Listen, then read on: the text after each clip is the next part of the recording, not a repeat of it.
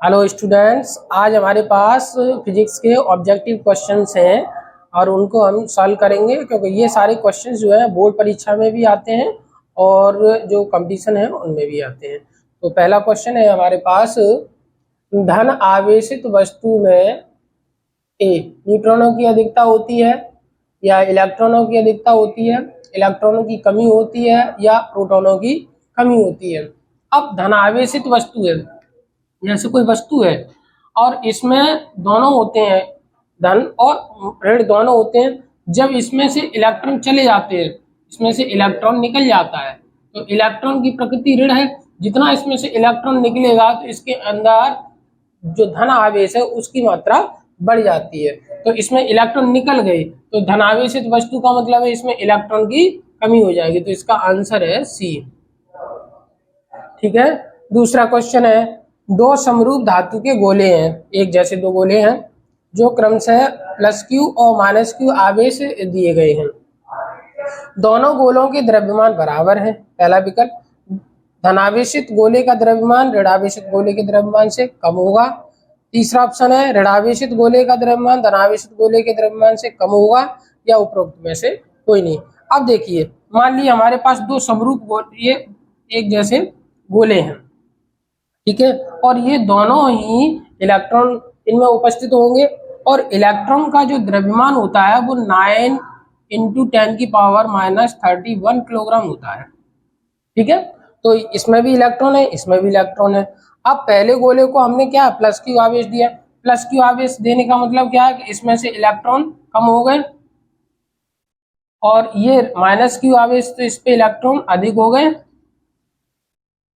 +q तो जब भी होगा इस पे इलेक्ट्रॉन की कमी हो जाए, माइनस कब होगा जब इस पे इलेक्ट्रॉन की अधिकता हो जाए।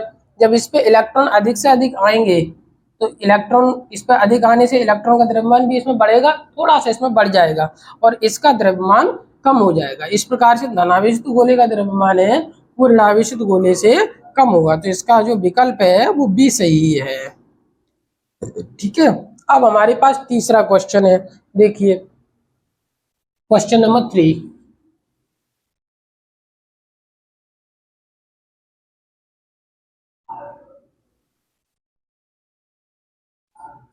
ये सारे क्वेश्चंस काफी इंपॉर्टेंट हैं क्योंकि बोर्ड परीक्षा में भी आते हैं, जैसे मैंने अभी बताया, और कंपटीशन में भी आते हैं। तीसरा क्वेश्चन है, एक कूलाम आवेश में इलेक्ट्रॉन की संख्या कितनी होती है। एक कूलाम आवेश में इलेक्ट्रॉन की संख्या हमें ज्ञात करनी है, कितनी होती है।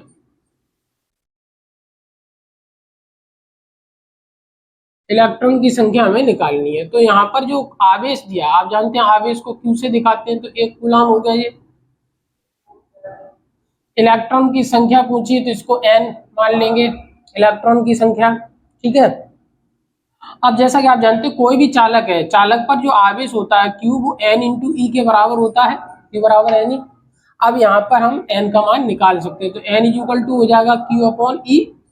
Q का मान 1 कूलाम दिया हुआ है और इलेक्ट्रॉन का आवेश आप जानते हैं 1.6 × 10⁻⁻19 कूलाम। ये हम लगाएंगे, कूलाम से कूलाम कैंसिल कर देंगे, इसको ऊपर ले जाएंगे, पॉइंट हटाएंगे तो 10/16 हो जाएगा। ऊपर जाने पर ही प्लस की घात हो जाएंगे, इसमें से 0 और हम ले लेते हैं इसमें, तो 100/16 हो जाएगा, तो 10⁻18। आप 100 से इस पर डिवाइड कर दीजिए आप, तो ये हो जाएगा 16 × 96, 4 16 दूनी 32 और 16 पंजे 80 हो जाएगा। तो इस तरीके से इसमें जो इलेक्ट्रॉन की संख्या आएगी 6.25 10⁻18 इलेक्ट्रॉन। ये तो इसका जो विकल्प है 6.25, बी विकल्प इसका ठीक है। आंसर बी जो इसमें दिया हुआ है 6.25 × 10⁻18 इसका विकल्प ठीक है। ओके, नेक्स्ट क्वेश्चन नंबर हमारे पास 4, देखिए दिया हुआ है,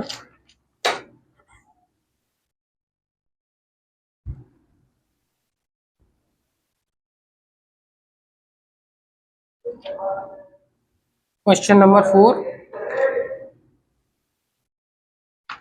मैं आपके लिए पूरा सॉल्यूशन लेके आया हूं इसमें, निर्वात में वैद्युतशीलता का मात्रक, ये क्वेश्चन है। निर्वात में वैद्युतशीलता का मात्रक क्या होता है? अब यहाँ पर हमारे पास कई विकल्प दिए हुए हैं। तो जैसे निर्वात में वैद्युतशीलता के लिए, जैसा कि आप जानते हैं कूलाम के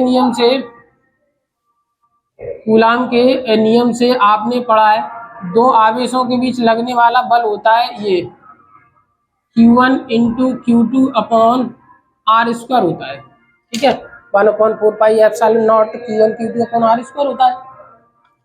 अब निर्वात की वैद्युतशीलता में निकालनी है ε0, तो एफ को यहाँ लिख लेंगे हम 4π Q1 इंटू Q2 है F इंटू आर स्क्वायर।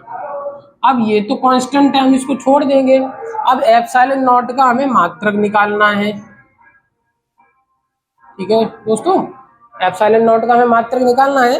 तो अब यहाँ से देखिए, कूलाम आवेश का मात्रक कूलाम होता है, तो कूलाम इंटू कूलाम का गुणा करेंगे तो क्या हो जाएगा, इसमें कूलाम स्क्वायर हो जाएगा बट्टे बल का मात्रक होता है आप जानते हैं न्यूटन, और दूरी का मात्रक क्या होता है मीटर स्क्वायर हो जाएगा। तो अब हम इसको किस फॉर्मेट में लिख सकते हैं, इस तरीके से लिखेंगे दूसरे फॉर्मेट में, कूलाम स्क्वायर इंटू लगाएंगे, इसको न्यूटन के रूप में लिख देंगे।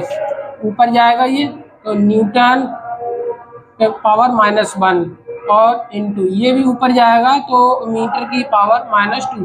यहाँ पर ये ऑब्जेक्ट का ये निशान जो लगाया ऑब्लिक का, कभी कभी क्या होता है, जो इनको हम इंटू में भी लिख देते हैं, इनको कन्वर्ट कर सकते हैं। तो जब इंटू में कन्वर्ट करते हैं तो इन पर जो घात लगी होती है वो माइनस कर देंगे, और माइनस है तो प्लस कर देते हैं। दोनों तरीके से हम किसी भी राशि का मात्रक लिख सकते हैं। ठीक है, नेक्स्ट क्वेश्चन नंबर 5 है हमारे पास।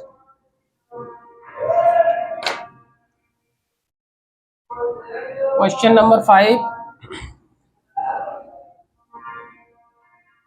कुछ दूरी पर स्थित दो इलेक्ट्रॉनों के बीच, ये क्वेश्चन नंबर 5 है, कुछ दूरी पर स्थित दो इलेक्ट्रॉनों के बीच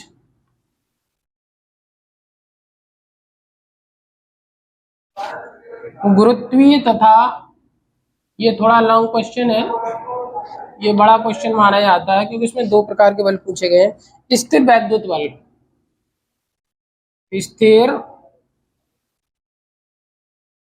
वैद्युत बलों के बीच अनुपात पूछा है, इसमें कितना होता है, कितना होगा, दोनों बलों के बीच का अनुपात पूछा है। इसमें दो बल पूछे, एक तो गुरुत्वीय बल पूछा है और दूसरा वैद्युत बल। दोनों बल हमें निकालने पड़ेंगे और उनके बीच का अनुपात निकालना पड़ेगा। तो जैसा कि आप जानते हैं, अगर क्योंकि इलेक्ट्रॉन है, इलेक्ट्रॉन जो है उनके द्रव्यमान m1 m2, यहाँ पर m1 m2 नहीं मान के, क्योंकि दोनों इलेक्ट्रॉन तो m मान सकते हैं ना, क्योंकि इलेक्ट्रॉन जो है कण है, पार्टिकल है। और न्यूटन के अनुसार ब्रह्मांड में स्थित किन्हीं भी दो पिंड, चाहे वो बड़े हों जैसे पृथ्वी सूर्य चंद्रमा हो, या फिर छोटे कण होते हैं, सूक्ष्म कण हैं जैसे इलेक्ट्रॉन प्रोटॉन, सभी के बीच में आकर्षण बल लगता है, उसको बोलते हैं हम गुरुत्वाकर्षण बल। तो उसका मान निकालना है। मान लीजिए दोनों r दूरी पर रखे हुए हैं इलेक्ट्रॉन, तो न्यूटन के अनुसार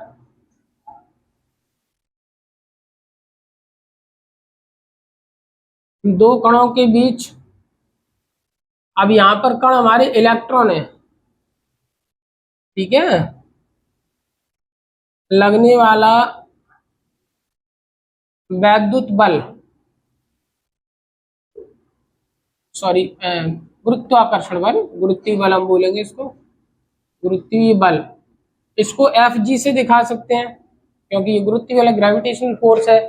तो ये होता है इसका G into m1 into m2 upon R square, ये होता है according to Newton's law gravitation force. Fg equal to G m1 m2 upon R square. G is the universal constant.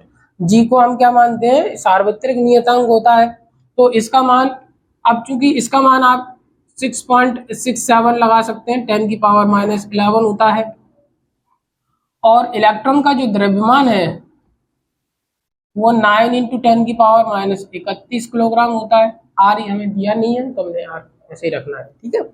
अब इसको रखेंगे तो देखो एफ जी का मान कितना आ जाएगा सॉल्व करने पर, तो 6.67 10 की पावर माइनस 11, 9 इंटू 10 की पावर माइनस 31, पहले इलेक्ट्रॉन का द्रव्यमान, फिर दूसरे का भी यही लिख लेंगे हम, 10 की पावर माइनस 31। दूरी हमको ये दी नहीं है। अब हम इन तीनों का मल्टीप्लाइकेशन करके इसका घात सॉल्व कर लेंगे, कितना शॉर्ट कर लेंगे, क्योंकि हमें इसमें अनुपात निकालना है इसमें। तो जब हम इन सब का गुणा करेंगे तो ये आ जाएगा हमारा, इन तीनों का गुणा कर ले, 9 का 9 में 81, इसमें गुणा करेंगे तो इसका मान आ जाएगा 5 हमारा आएगा 540 हो जाएगा पॉइंट। गुणा तो आप लोग कर लेंगे ना अच्छे से, मैं जल्दी से इसमें सॉल्व कर दे रहा हूँ आपको। 27। अब घात देखिए, -31 और -31 कितना हो गया, माइनस के 62, और 11 इसमें ऐड करेंगे तो माइनस का 73 हो जाएगा अपॉन आर स्क्वायर न्यूटन, क्योंकि बल का मात्रक न्यूटन होता है ना। ये हमने दोनों इलेक्ट्रॉनों के बीच लगने वाला गुरुत्वाकर्षण बल निकाल लिया, ठीक है। अब हमें क्या निकालना है, वैद्युत बल। वैद्युत बल कूलाम के अनुसार वैद्युत बल निकालेंगे दोनों इलेक्ट्रॉनों के बीच। तो इसका फॉर्मूला होता है, वैद्युत बल को इलेक्ट्रिक फोर्स बोलते हैं, इसलिए ई से दिखा सकते हैं हम। ये होता है हमारा 1/4 pi epsilon naught Q1 into Q2 upon R square होता है ना। अब जैसा कि आप जानते हैं इसका मान होता है 9 इंटू 10 की पावर 9, ओके। और Q1 Q2 क्या है, इलेक्ट्रॉन है। इलेक्ट्रॉन पर जो आवेश होता है वो 1.6 इंटू 10 की पावर माइनस 19। सेम ये दूसरे का भी हो जाएगा 1.6 इंटू 10 की power minus 19 upon R square, ठीक है। हमने दोनों इलेक्ट्रॉनों के यहाँ पे चार्ज रख दिए, आवेश के मान रख दिए। अब हम इन दोनों को सॉल्व करें, 1.6 का इसमें गुणा करें 2.56 होगा, 2.56 का इसमें 9 का मल्टीप्लाई जब कर देंगे तो 23.04 आएगा। आप कर लेना 23.04। घातें देखिए, 19 माइनस 19 38 हो गया हमारा। चलो यहाँ कर लेते हैं, माइनस का 38 जोड़ दिया और प्लस का ये 9 है, तो इसको जब सॉल्व करेंगे तो माइनस का 29 न्यूटन, ये दूसरा बल निकल के आ गया। तो इस तरीके से हमने ये गुरुत्वाकर्षण बल निकाल लिया और ये हमारा आ गया वैद्युत बल, ठीक है। अब हमें क्या करना है, इन दोनों का अनुपात ज्ञात करना है। तो इसका इसमें भाग दे देंगे, भाग देने से दोनों बलों का अनुपात निकल के आ जाएगा। देखिए इस तरीके से हमें भाग देना है। तो यहाँ से मैं इसको इरेज कर दे रहा हूँ थोड़ी देर के लिए, क्योंकि यहाँ तक हमने सॉल्व कर लिया है क्वेश्चन को, ठीक है। देखिए अब इसका मान लगा रहे हैं, तो ये हो जाएगा हमारा भाग देने पर Fg अपॉन Fe, ये गुरुत्वाकर्षण बल हो गया और ये वैद्युत बल। इसका मान हमने निकाला है 540.27 10 की घात माइनस 73 बटे आर स्क्वायर है, और इसका मान है हमारा 23.04 10 की घात माइनस 29 बटे आर स्क्वायर। ये यहाँ से हमने दोनों न्यूटन से न्यूटन तो हम कैंसिल ही कर देंगे, ओके। आर स्क्वायर से आर स्क्वायर कैंसिल हो जाएगा, तो ये हमारा बचेगा 540.27 और 23.04। अब ये घात को ऊपर ले जाइए आप, तो माइनस से ऊपर जाके ये प्लस का हो जाएगा। इसका इसमें जब भाग देंगे आप तो 23 पॉइंट के समथिंग इसका मान आ जाएगा, 23.44। इसका इसमें भाग देंगे तो 23.44 आएगा।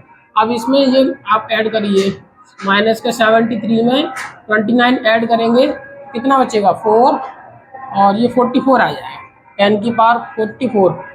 अब देखिए according to physics, according to science, the answer should be in decimal point before 1 digit, यानी कि जो दशमलव बिंदु है वो हमारा 1 अंक होना चाहिए। यहाँ पे 2 अंक के बाद है, तो इस पॉइंट को हम जब आगे ले लेंगे एक स्थान आगे, तो 2.344 को हम 2 स्थान तक इतना लिख सकते हैं, ठीक है। जब आगे की ओर लेते हैं एक चीज, और जब इसमें माइनस किया तो -44 था, ठीक है। और जब इसमें आगे की ओर हम पावर लेंगे पॉइंट को लेते हैं तो +1 करते हैं। किसी भी पॉइंट को जब आगे की ओर, यानी ये हमारा बोला जाएगा लेफ्ट हैंड साइड पे लेते हैं, तो किसी भी घात में हम उसकी संख्या को जोड़ देते हैं, जितने डेसिमल पॉइंट आगे सरकाते हैं। तो यहाँ पर एक पॉइंट सरकाया तो +1 कर देंगे। +1 करने पर कितना हो जाएगा, 2.34 10⁻43 हो जाएगा। तो यही इसमें पूछा था कितना होगा। तो इसका जो आंसर आ रहा है इसमें जो दिया है ऑब्जेक्ट में, तो इसका डी विकल्प सही है, 10⁻43। ठीक है। अब अगला क्वेश्चन देखिए, 6वां क्वेश्चन है इसमें।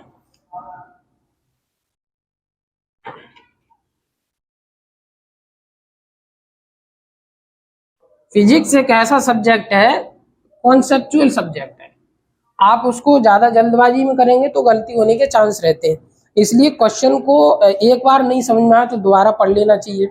एक दो बार जब आप क्वेश्चन को अच्छे से पढ़ेंगे, उसका डाटा लिख लेंगे, उसके बाद सोचिए आपका कौन सा फॉर्मूला उसमें लगेगा, तो क्वेश्चन सही हो जाता है। जल्दबाजी में क्या करते हैं बच्चे, ज्यादातर पढ़ते हैं तो कुछ समझ पाते कुछ नहीं, तो उनका आंसर गलत हो जाता है। नेक्स्ट क्वेश्चन है हमारे पास 6वां, +1 माइक्रो कूलाम तथा माइनस प्लस है ये भी, सॉरी, 4 माइक्रो कूलम के दो आवेश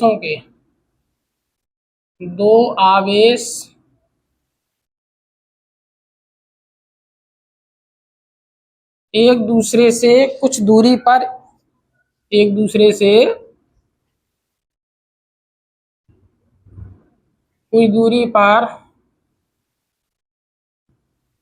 वायु में स्थित हैं, उन पर लगने वाले बलों का अनुपात ज्ञात कीजिए। उन पर लगने वाले बलों का अनुपात ज्ञात कीजिए।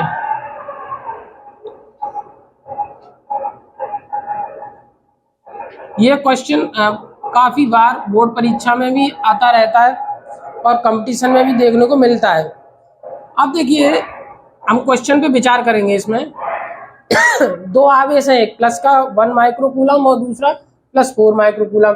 ये एक दूसरे से कुछ दूरी पर रखे हुए हैं। मान लीजिए हमने इस तरीके डायग्राम बना लिया, ये +1 माइक्रो कूलम का और ये प्लस का 4 माइक्रो कूलम। इन दोनों के बीच की डिस्टेंस हमने मान ली r है। दोनों आवेश r दूरी पर रखे हुए हैं।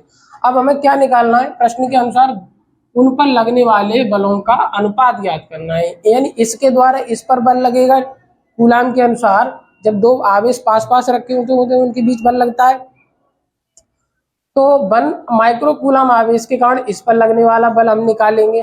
मान लीजिए इसका बल है F1, ओके, प्रतिकर्षण बल लगेगा क्योंकि ये दोनों सेम चार्ज प्लस प्लस हैं। उसी तरीके से हम इसका इस पर लगने वाला बल निकालेंगे तो F2 होगा। अब हमें दोनों के मान निकालने हैं, तो +1 माइक्रो कूलम के कारण +4 माइक्रो कूलम पर लगने वाला बल निकालना है। हमने F1 माना है तो कूलम के नियम से यह आ जाएगा 1/4πε0।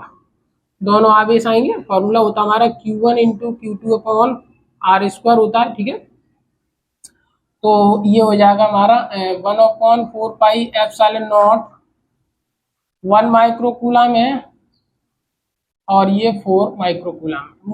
माइक्रो कूलम को भी मैंने कूलम में कन्वर्ट कर दिया और r², इसको नंबर 1 मान लेना। सेम अब इसके कारण इस पर लगने वाला बल 4 माइक्रो कूलम के कारण 1 माइक्रो कूलम पर लगने वाला बल। अब निकालेंगे, हमने F2 मान लिया है ये, तो कूलम के अनुसार फॉर्मूला लगाएंगे Q1 Q2। अब Q1 Q2 यहाँ पे Q1 ये माना जाएगा, Q2 ये माना जाएगा, तो 4 × 10⁻⁶। Q2 हो जाएगा 1 × 10⁻⁶ और बीच की दूरी। ठीक है, अब हम इसमें भाग दे देते हैं। F1/F2 का जब भाग देंगे तो आप देखिए सेम संख्या है, भाग देने पर ये पूरा डिजिट कट जाएगा, तो 1/1 कितना आ जाएगा, 1:1 ही आएगा। ठीक है, तो इस तरीके से बराबर है, दोनों का बराबर रहेगा। तो इसमें विकल्प हमारा C सही है। इसका जो आंसर है वो सी विकल्प इसका सही है, 1:1 होगा। ठीक है ना। अब नेक्स्ट 7वां क्वेश्चन भी इसी तरीके से रखा गया है।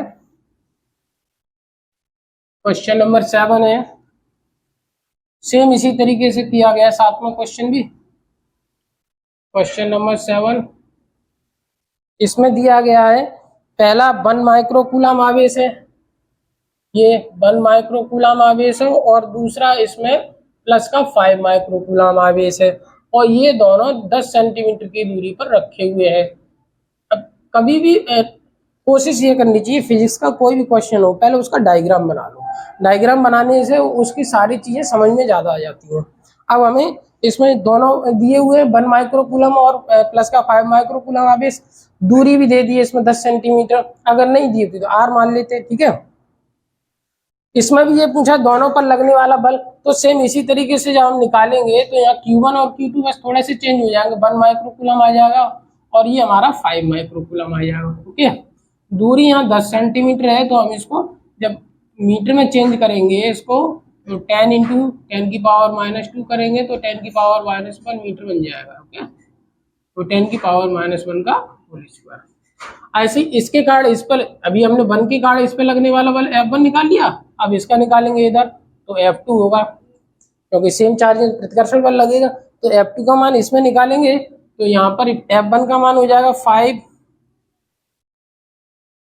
इंटू 10⁻⁻6 और F2 का मान ये लग जाएगा, और दूरी के स्थान पे लगा देंगे हम 10⁻⁻1 का होल स्क्वायर। इसमें भी जब भाग देंगे F1 F2 के, तो आप देख रहे हैं सेम संख्या है ये, तो भाग देने पर ये संख्या पूरी कट जाएगी 1/1, इसका भी आंसर 1:1 आएगा। तो इसका विकल्प इसमें दिया है डी। क्वेश्चन नंबर 7 का जो आंसर माना जाएगा वो डी ऑप्शन इसका सही है। ठीक है, नेक्स्ट क्वेश्चन पे आते हैं हम। 8वां क्वेश्चन,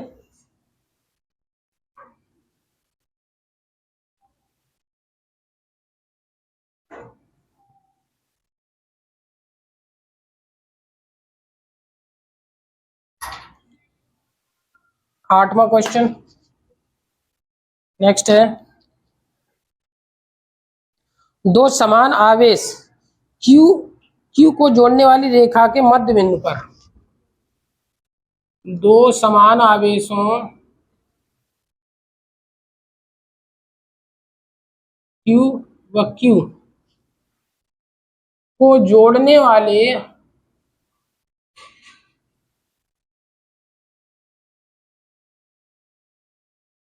रेखा के मध्य बिंदु पर, काफी अच्छा क्वेश्चन है, ये भी कंपटीशन में भी आता रहता है।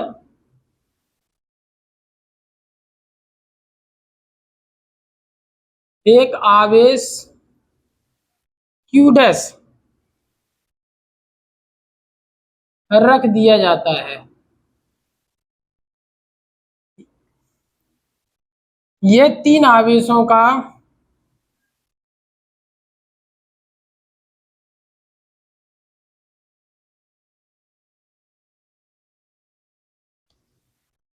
निकाय संतुलन में है,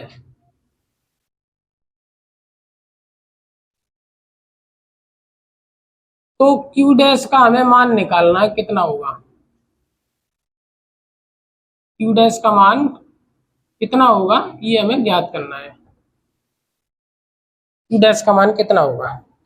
तो ये क्वेश्चन दिया हुआ है, तो यहाँ पर देखिए दो आवेश है, एक Q और दूसरा Q, इन मान लीजिए इनके बीच की दूरी, प्रश्न के अनुसार ये कुछ दूरी पर रखे हुए हैं, तो ये मान लेते हैं इन दोनों के बीच की दूरी हमने 2r मान ली थोड़ी देर के लिए, और तीसरा जो Q डैश जो चार्ज है ये दिया हुआ है, ये इनके बीच में रखा हुआ है। सपोज दैट ये पॉइंट हमारा A है, ये B है, तो इसको हमने C मान लिया। ठीक है, तो ये बीच में जब रखा है तो दूरी कितनी हो जाएगी, यहाँ से यहाँ तक आधी हो जाएगी r, और r ये हो जाएगी डिस्टेंस। क्लियर।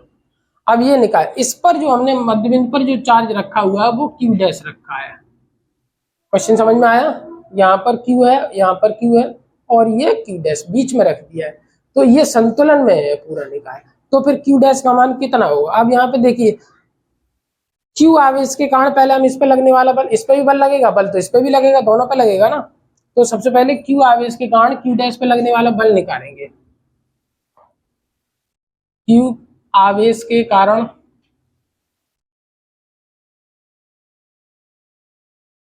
क्यू डैश पर लगने वाला वैद्युत बल निकालेंगे। तो कूलाम के अनुसार सारे इसमें कूलाम के फॉर्मूले फिट हो जाते हैं।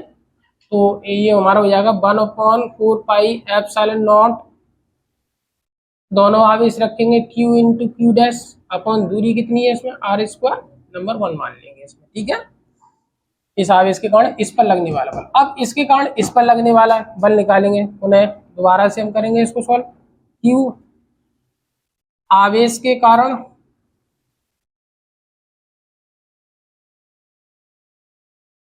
दूसरे आवेश Q पर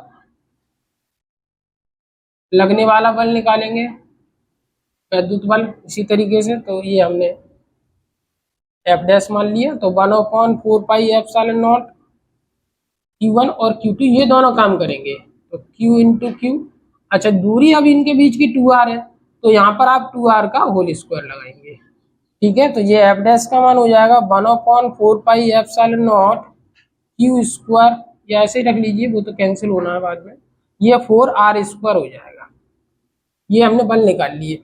इस क्यू के कारण इस क्यू डैश पर लगने वाला बल निकाल लिया नंबर 1, और क्यू के कारण इस वाले क्यू आवेश पर लगने वाला बल निकालिए नंबर 2। अब प्रश्न में कह रहे हैं कि ये संतुलन में है, ये पूरा निकाय संतुलन में है। पूरा निकाय संतुलन में कब होगा? जब इन दोनों का परिणामी बल शून्य हो जाए। तो निकाय हमारा जो है संतुलन में है, निकाय संतुलन में है, इसलिए जो एफ बल होगा वो एफ डैश के हम बराबर लिख सकते हैं। या एक और तरीका होता है, ऐसे F1 plus F equal to 0, दोनों तरीके से हम इसको सोल्व कर सकते हैं, ठीक है। तो जैसा कि हमारे पास दिया हुआ है, इसमें दोनों इक्वल कर देंगे तो ये हो जाएगा F equal to F dash. अब इन दोनों के मान रखिए, तो F का मान है हमारे पास ये दिया हुआ है, ठीक है, यही मैं सोल्व कर दे रहा हूँ उसको। तो ये हो जाएगा, और एफ डैश का मान यहां से हम लगा देंगे। एफ डैश का मान 1/4 pi epsilon naught Q into Q upon 4r square, ठीक है। हमने दोनों के मान यहाँ पे रख दिए। अब इनको सॉल्व कर लेंगे। तो इसमें सॉल्व करने पर ये आ जाएगा हमारा,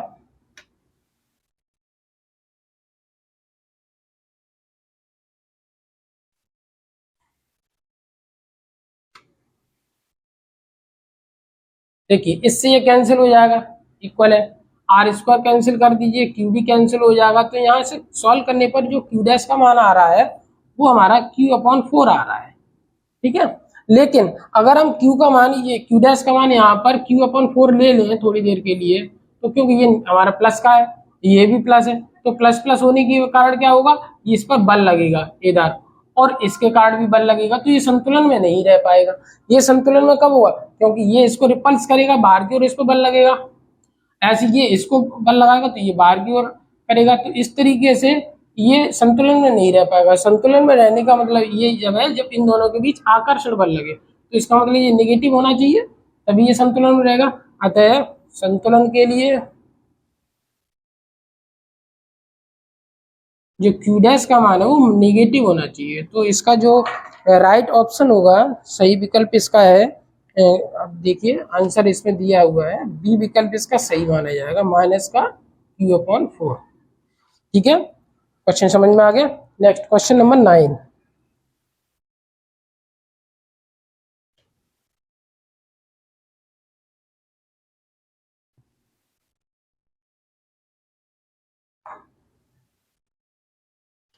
क्वेश्चन नंबर 9 है हमारे पास, दो बिंदु आवेश पहले वायु में फिर के परावैद्युतांक वाले माध्यम में रखे जाते हैं। क्वेश्चन नंबर 9 है, दो बिंदु आवेश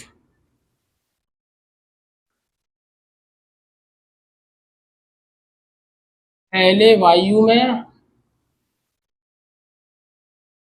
फिर के परावैद्युतांक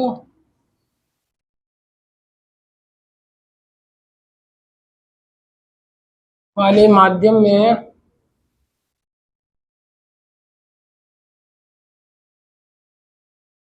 उतनी ही परस्पर दूरी पर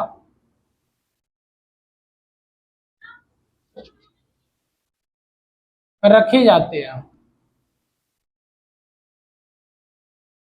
ठीक है, दोनों दशाओं में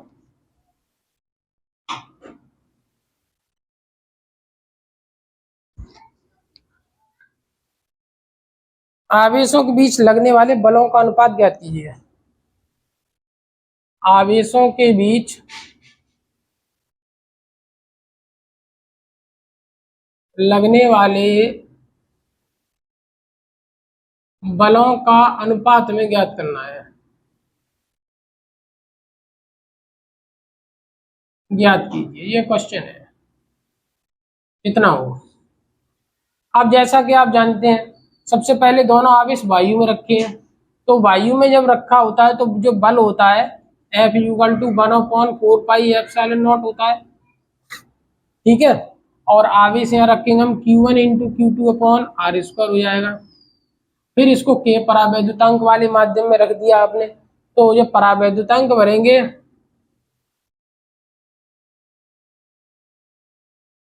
जो बल निकालेंगे हम, तो 1/4πε0 into K Q1 into Q2/r² होता है। यहाँ पर के कांस्टेंट है जिसको परावैद्युतांक कहते हैं। वायु के लिए इसका मान 1 होता है, और अन्य कोई कुचालक पदार्थ है तो उसका मान 1 से ज्यादा होता है, और धातुओं के लिए इसका मान अनंत हो जाता है। ठीक है, अब ये कह रहे हैं दोनों अवस्था में लगने वाले बलों का अनुपात ज्ञात कीजिए। तो अब आप देख रहे हैं यहाँ पे सेम, यहाँ से देखिए ये सेम है, तो जो बल है आप देखिए यहाँ से बल जो है वो आपका डायरेक्ट इनवर्सली प्रोपोर्शनल के है। ठीक है, तो हम यहाँ पे भाग दे रहे हैं, तो ये एफ डैश मान लीजिए थोड़ी के लिए, तो एफ अपॉन एफ डैश, तो 1/4πε0 Q1 इंटू Q2/r² है, और ये 1/4πε0 इंटू के Q1 इंटू Q2/r²। यहाँ पर ये सेम चीजें कैंसिल हो जाएंगी। देन ये के 1 2 3 4 के नियम से ये के ऊपर चला जाएगा। ठीक है, के अपॉन 1 लिख सकते हैं। अब क्रॉस मल्टीप्लाई कर ले, या अनुपात पूछा है, सॉरी इसमें पूछा अनुपात, तो क्रॉस मल्टीप्लाई नहीं करने की जरूरत है, बलों का अनुपात जो हो जाएगा के अनुपात 1 हो जाएगा। तो इसका जो ऑप्शन माना जाएगा बी सही है, इसका बी विकल्प सही माना जाएगा, के अनुपात 1। ठीक है, नेक्स्ट क्वेश्चन नंबर 10 हमारे पास है।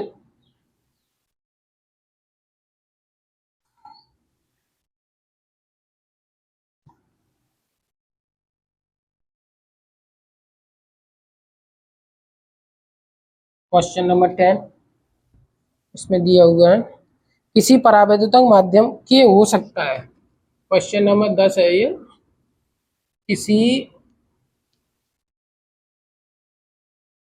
वैद्युत रोधी माध्यम का परावैद्युतांक के हो सकता है। कितना हो सकता है, ये इसमें विकल्प दिए हैं। इसमें पहला है -3, दूसरा है 0, तीसरा है 0.7 और चौथा है इसमें 6.0। अब देखिए जो विद्युत रोधी माध्यम है, विद्युत रोधी एक तरह से कुचालक हो जाता है, तो वायु और निर्वात के लिए, वायु के लिए के का मान मैंने बताया 1 होता है। कुचालक पदार्थ है या विद्युत रोधी पदार्थ है तो इनके लिए के का मान 1 से ज्यादा होता है। 1 से ज्यादा का मतलब 2 हो सकता है, 3 हो सकता है, 4 हो सकता है, 5 हो सकता है, 6 हो सकता है, कुछ भी हो सकता है। अच्छा, तो यहाँ पर हमें दिए गए हैं, देखिए विकल्प दिए -3, 0.7 और ये, तो चूंकि विद्युत रोधी हमने माध्यम लिया है तो 1 से ज्यादा होना चाहिए, तो इसका राइट ऑप्शन होना चाहिए डी, ये वाला 6.0 ये होना चाहिए। ठीक है, नेक्स्ट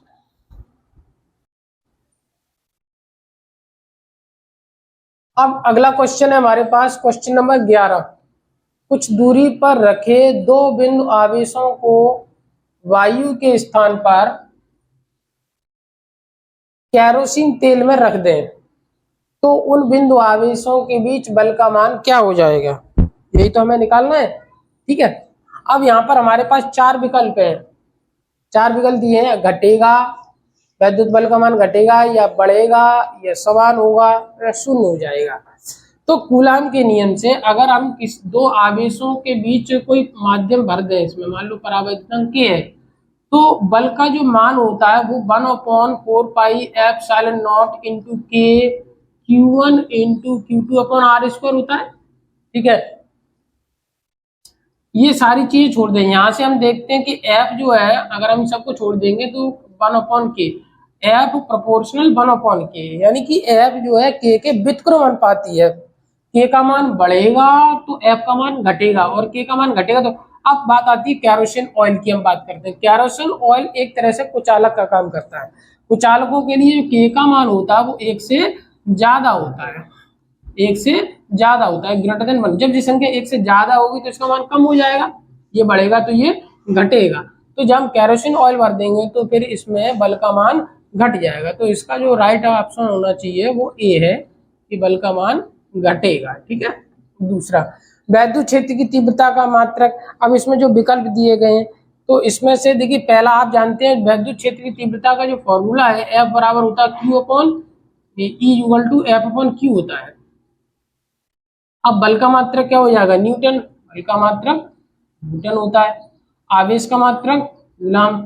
तो इसमें ये आपका बन गया मात्रक, वैद्युत क्षेत्र की तीव्रता का मात्रक न्यूटन प्रति कूलाम। तो इसका जो विकल्प दिया है वो ऑप्शन इसमें सी सही होना चाहिए, ऑप्शन नंबर सी, न्यूटन प्रति कूलाम। ठीक इसी प्रकार दोबारा क्वेश्चन दिया है वैद्युत क्षेत्र की तीव्रता का मात्रक। अब जैसा कि आप जानते हैं अगर 2 प्लेटें हैं और उनके बीच की विभवांतर बी और दूरी आर हो तो ई इक्वल टू, हमने आपको बताया है बी अपॉन आर भी फॉर्मूला होता है वैद्युत क्षेत्र के लिए। और बी क्या है, वोल्ट, वोल्ट, और दूरी का मात्रक मीटर हो जाता है। तो वैद्युत क्षेत्र की तीव्रता का जो मात्रक नया मात्रक बन गया वो बन गया आपका वोल्ट प्रति मीटर।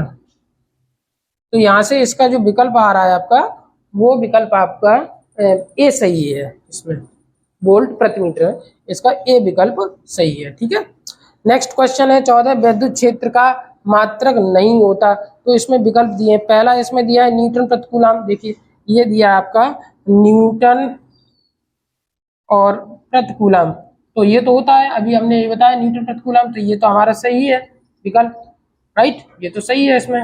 अब भी दूसरा ऑप्शन दिया है volt into metre minus 1, volt प्रति मीटर, तो वोल्ट प्रति मीटर ये वाला भी सही है, ये दोनों सही हो गए इसमें। और इसमें डी ऑप्शन देखिए, डी ऑप्शन, सी पे हम बाद में विचार करेंगे, सी भी दिया है इसमें जूल इंटू कूलाम, और डी दिया है इसमें जूल इंटू कूलाम इनवर्स और मीटर की इनवर्स। अब देखिए इसमें हम इस पे विचार कर रहे हैं थोड़ी देर के लिए। तो जैसे अभी हमने निकाला ई बराबर क्या होता है, एफ अपॉन क्यू होता है, और डब्ल्यू बराबर जो होता है एफ इंटू एस। तो यहाँ से हम अगर एफ का मान निकालेंगे तो क्या हो जाएगा, डब्ल्यू अपॉन एस, इसमें रख दीजिए। जब इसमें रखेंगे तो क्या हो जाएगा, W upon Q into S, W यानी जूल और क्यू यानी कूलाम, एस यानी मीटर। तो यहाँ पर जो मात्रक बनना है वो हमारा बनना है जूल, इसको ऊपर ले जाएंगे कूलाम की पावर -1 और मीटर की पावर -1। तो ये भी विकल्प सही है। तो यहाँ पर हमारे ए बी और सी ये तीनों सही, ये ऑप्शन इसमें गलत हो। यही पूछा है वैद्युत क्षेत्र का मात्रक कौन सा नहीं है, तो इसमें कौन सा इसका ऑप्शन होना चाहिए, इसका ऑप्शन बनेगा सी। तो इसका जो आंसर आएगा वो सी सही है कि जूल इंटू कूलाम इनवर्स, ये इसका विकल्प नहीं हो सकता, ये इसका आंसर बन गया। ठीक है, नेक्स्ट क्वेश्चन है हमारे पास 15वां, एक विद्युत क्षेत्र विक्षेपित कर सकता है, ये बताना है विद्युत क्षेत्र में कौन विक्षेपित होता है। नेक्स्ट क्वेश्चन है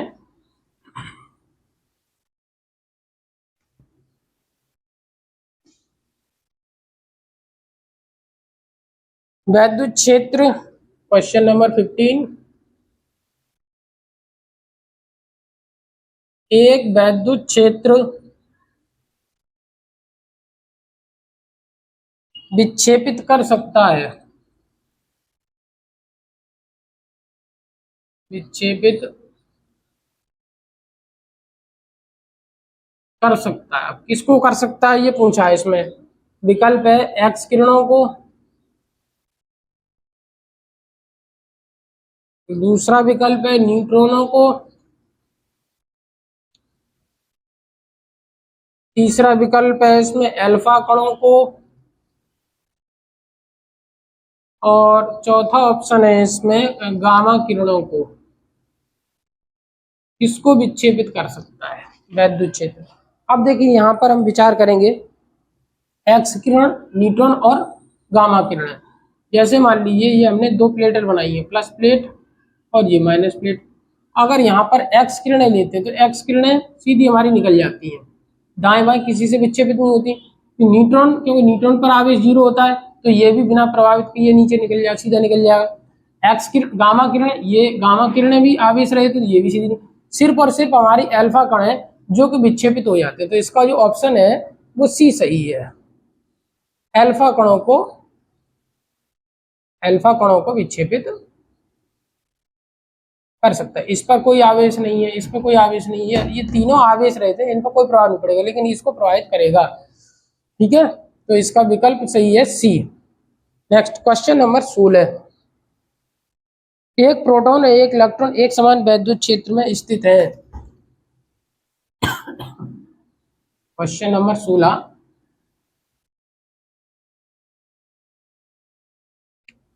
क्वेश्चन नंबर 16 दिया हुआ है, एक प्रोटॉन तथा एक इलेक्ट्रॉन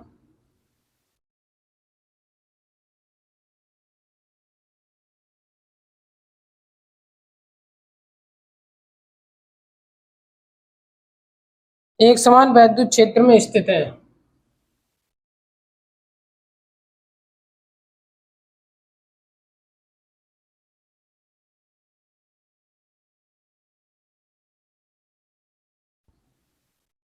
एक समान वैद्युत क्षेत्र में स्थित है, तो उन पर लगने वाले बल कैसे होंगे। उन पर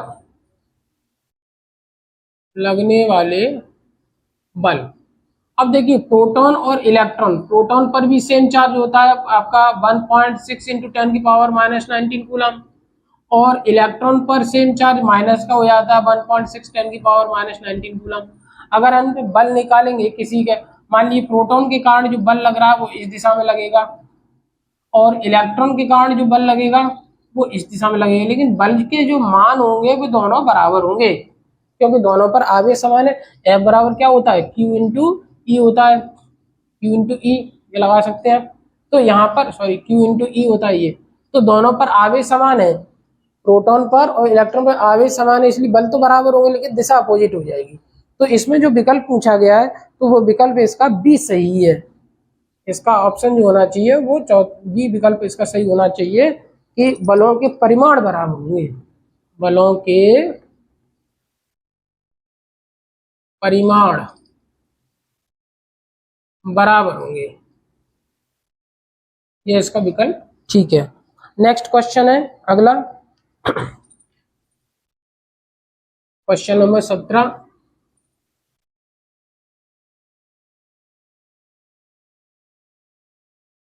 क्वेश्चन नंबर 17 है, एक अल्फा कण, एक अल्फा कण 15 × 10⁴ न्यूटन प्रति कूलम के वैद्युत क्षेत्र में स्थित है। वैद्युत क्षेत्र में स्थित है, ये दिया हुआ है। उस पर लगने वाले बल का मान क्या होगा, उस पर लगने वाले बल का हमें मान निकालना है, क्या होगा। ये बहुत ही सिंपल क्वेश्चन है, अल्फा कण, ये देखिए न्यूटन प्रतिकूलम, ये वैद्युत क्षेत्र की तीव्रता दी है, न्यूटन प्रतिकूलम 15 × 10⁴ न्यूटन प्रतिकूलम। और अल्फा कण है, अल्फा कण पर जो आवेश होता है वो होता है प्लस का 3.2 × 10⁻⁻19 कूलम होता है। इस पर लगने वाला बल पूछा है एफ। ई का मान दिया, क्यू दिया। अब यहाँ से फॉर्मूला हम सोच लेंगे, एफ इक्वल टू क्या होता है, क्यू इंटू ई। तो क्यू का मान यहाँ से रखेंगे 3.2 10⁻⁻19 और ई का मान यहाँ से रख के इसका मल्टीप्लाइकेशन कर देंगे। तो 15 दूनी 30, 15 दूनी 30, 45 और 48 10⁻, के 19 प्लस 4 तो माइनस का 15 हो गया। इस पॉइंट को आगे ले लेंगे तो 4.8, आगे लेने में +1 करोगे तो 10⁻⁻14 न्यूटन। तो इसका जो विकल्प होना चाहिए, आंसर इसका सही होगा 4.8 10⁻, यानी कि ए विकल्प इसका सही है, 4.8 × 10⁻⁻14 न्यूटन। ठीक है, नेक्स्ट क्वेश्चन 18वां क्वेश्चन।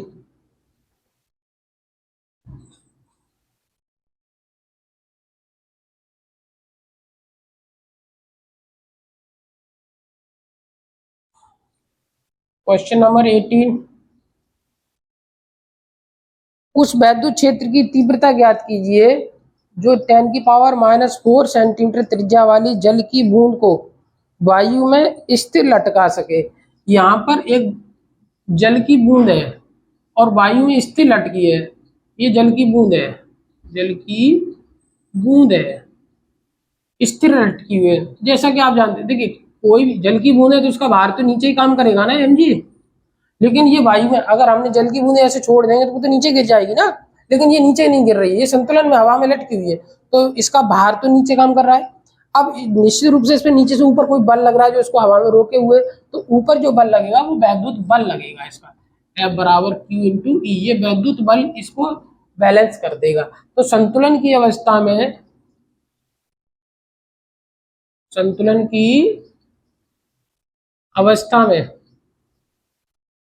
जो इस पर लगने वाला वैद्युत बल होगा वो इसके भार के बराबर हो जाएगा। ठीक है, प्रश्न में हमसे पूछा गया है कि कुछ वैद्युत क्षेत्र की तीव्रता का मान ज्ञात की, ई पूछा है इसमें, तो ई निकालेंगे तो क्या हो जाएगा mg/q।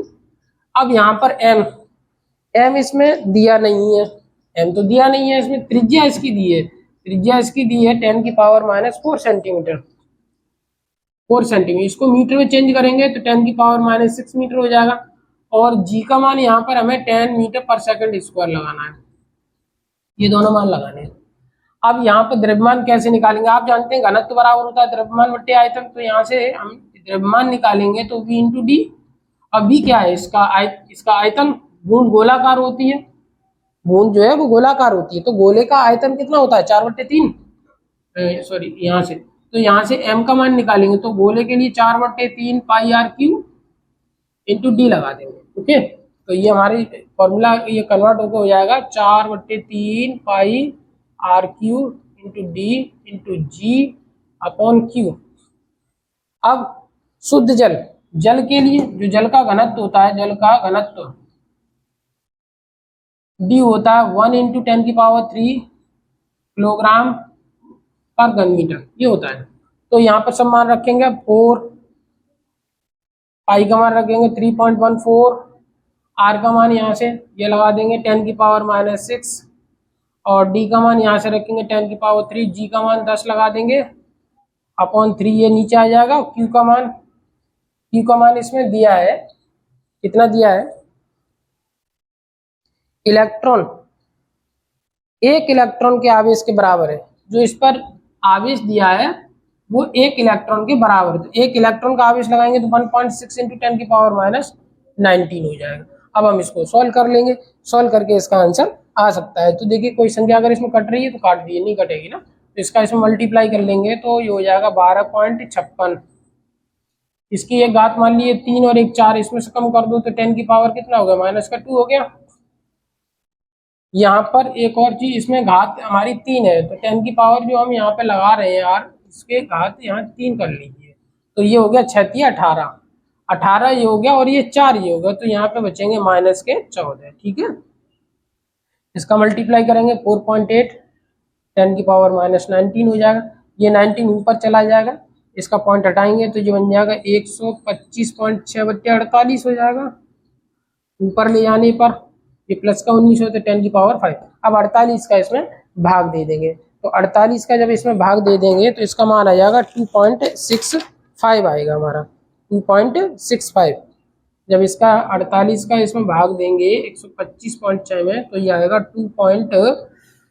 सॉल्व करने पर 616 10 की पावर 5 आएगा। तो यहाँ से इसको हटाएंगे तो ये आएगा 2.62 इंटू 10 की पावर 5 न्यूटन प्रति कूलम। यहाँ से हमें वैद्युत क्षेत्र की तीव्रता पूछी है तो इसका मात्रक होता है न्यूटन प्रति कूलम। तो इसका जो विकल्प है वो आपका आंसर जो है इसका होना चाहिए विकल्प में। देखें क्वेश्चन में क्या दिया हुआ है, क्वेश्चन में दिया है हमारा 2.62 न्यूटन प्रति कूलम 10 की पावर 5 बन रहा है ना, तो इसका सी विकल्प सही है, इसका आंसर सी सही है, 2.62 इंटू 10 की पावर 5 न्यूटन प्रति कूलम। ठीक है, क्वेश्चन समझ में आ गया पूरी तरीके से। अब अगला क्वेश्चन है हमारा 19, उस पर विचार करते हैं। क्वेश्चन नंबर 19 पे आते हैं।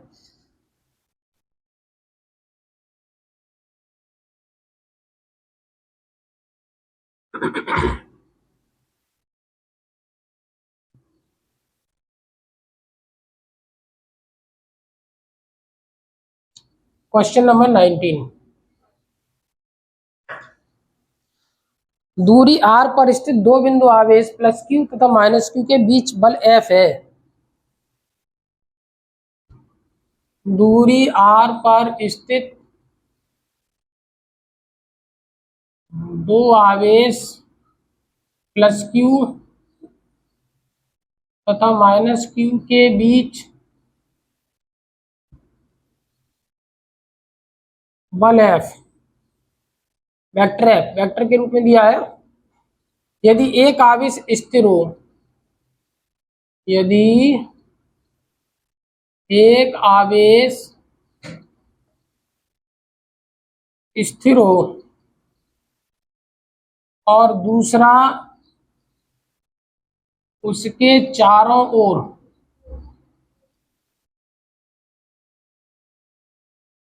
r त्रिज्या के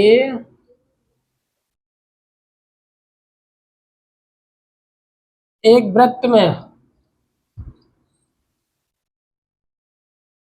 चक्कर काटे तो कार्य कितना होगा, कार्य कितना होगा ये पूछा गया है इसमें। तो इसमें विकल्प दिए हैं, पहला विकल्प है F into R F R, दूसरा विकल्प है F डॉट 2 पाई आर, तीसरा विकल्प है F अपॉन 2 पाई आर और चौथा इसमें शून्य, ये हमें निकालना है। ठीक है, तो अब प्रश्न के अनुसार देखिए, एक आवेश को स्थिर रखा गया, यदि एक आवेश को स्थिर कर दे, मान लीजिए हमने प्लस क्यू आवेश को स्थिर कर दिया, अब इसके चारों ओर माइनस क्यू आवेश ऐसे घूम रहा है आर त्रिज्या के वृत्त, तो यहाँ पर भी माइनस आएगा आपका, फिर थोड़ी देर में माइनस यहाँ भी आएगा, यहाँ सब जगह यहाँ पर माइनस माइनस चार्ज आता चला जाएगा, सभी पर नेगेटिव आएगा। तो प्रत्येक बिंदु पर आप देख रहे हैं कि यहाँ पर मान लो ए पॉइंट है तो negative charge B C D E F G H I J, प्रत्येक बिंदु पर आवेश आपका कितना रहेगा, माइनस क्यू रहेगा, यहाँ पे भी माइनस क्यू, यहाँ पे भी माइनस क्यू, माइनस क्यू आ जाएगा।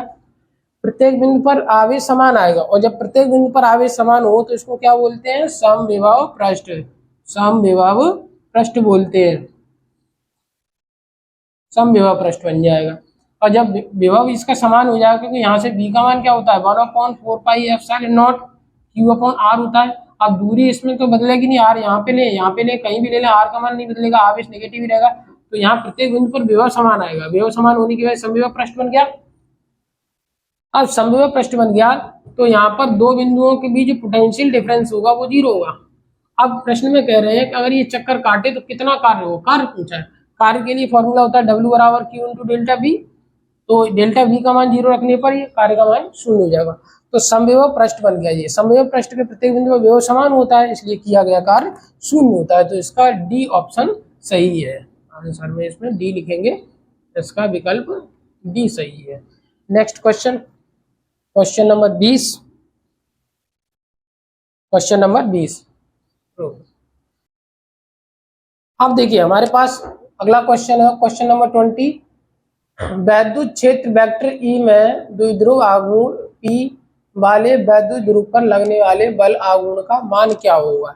चार विकल्प दिए गए इसमें, P dot vector E, vector P cross vector E और शून्य है, या E डॉट वेक्टर P हुआ। तो इसमें वैद्युत क्षेत्र दिया है E, P दिया बल आघूर्ण। तो इस पे बल आघूर्ण पूछ रहे हैं। बल आघूर्ण जो टाउ बराबर होता है वो हमने लिखाया था PE साइन थीटा होता है। एक समान वैद्युत क्षेत्र में अगर द्विध्रुव रखा हो, ये कोई द्विध्रुव है तो इस पर एक बल लगता है, उसके कारण ये घूमता है, तो उसका मान कितना होता है बल आघूर्ण का, टाउ बराबर होता है आपका PE साइन थीटा। अब हम इसको अगर वेक्टर फॉर्मेट में लेंगे, वेक्टर फॉर्मेट में, तो ये हमारा बन जाएगा P vector cross vector E, क्योंकि इसमें साइन थीटा है ना, इसमें क्रॉस आएगा, तो इसका जो राइट ऑप्शन है वो बी होना चाहिए, vector P cross vector E। ठीक है, ये समझ में आ गया। Next question, question number 21।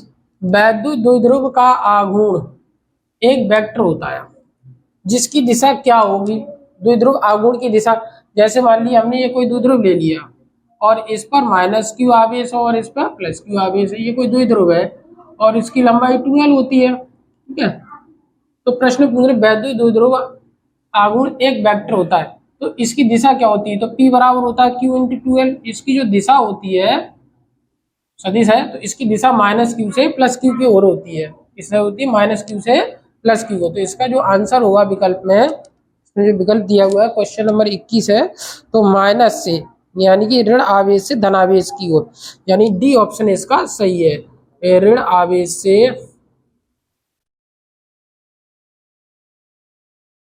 धन आवेश की ओर,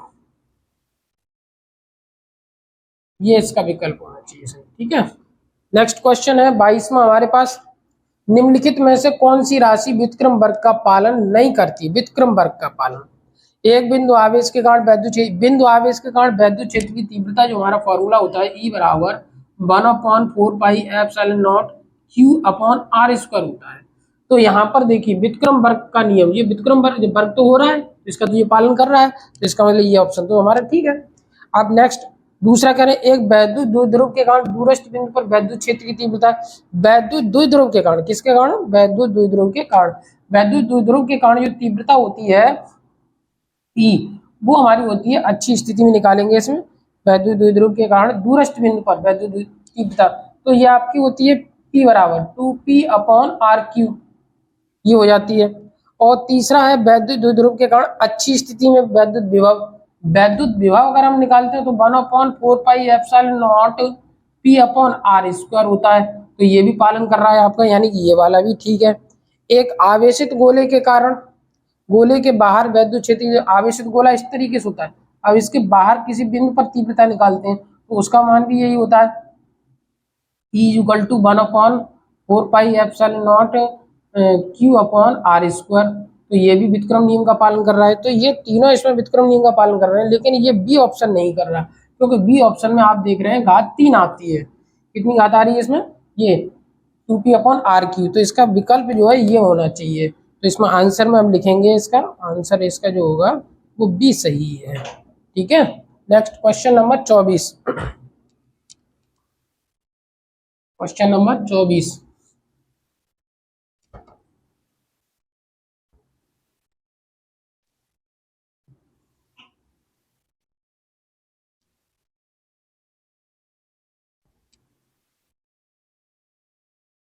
क्वेश्चन नंबर 24, लास्ट क्वेश्चन है टेस्ट का।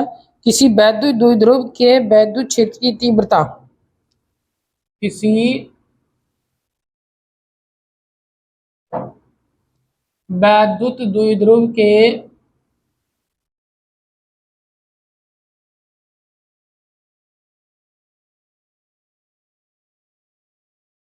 वैद्युत क्षेत्र की तीव्रता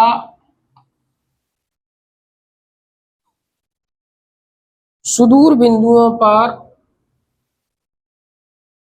सुदूर बिंदुओं पर जिनकी दूरियां आर है, जिनकी दूरियां आर है, अनुक्रमानुपाती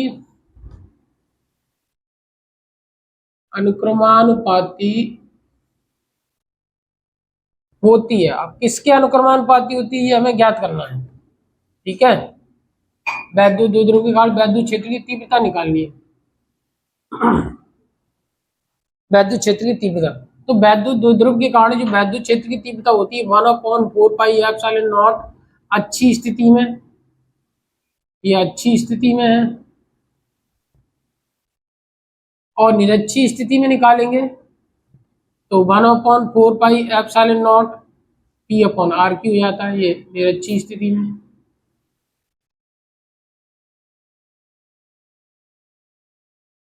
अच्छी स्थिति में ये है और निरक्षी स्थिति में। अब तो प्रश्न में पूछ रहे हैं ये किसके अनुक्रमानुपाती होती है, तो यहाँ पर देखिए ये सारा फंडामेंटल कांस्टेंट के रूप में अगर मान लें तो E इनवर्सली प्रोपोर्शनल 1/R है, तो इसका राइट आंसर होना चाहिए C, यानी 1/R⁴ के। ठीक है, तो आज की वीडियो आपको कैसी लगी, सारे सॉल्यूशन आपको समझ में आए, तो अगर समझ में आया हो तो चैनल को सब्सक्राइब करना ना भूलें और लाइक जरूर कर दें। और कोई अगर आपको प्रॉब्लम आई हो तो अगले सेक्शन में वो भी हम आपको सॉल्व करके लेके आएंगे, तो उसके लिए आपको कमेंट करना बहुत ज़रूरी है। Thank you.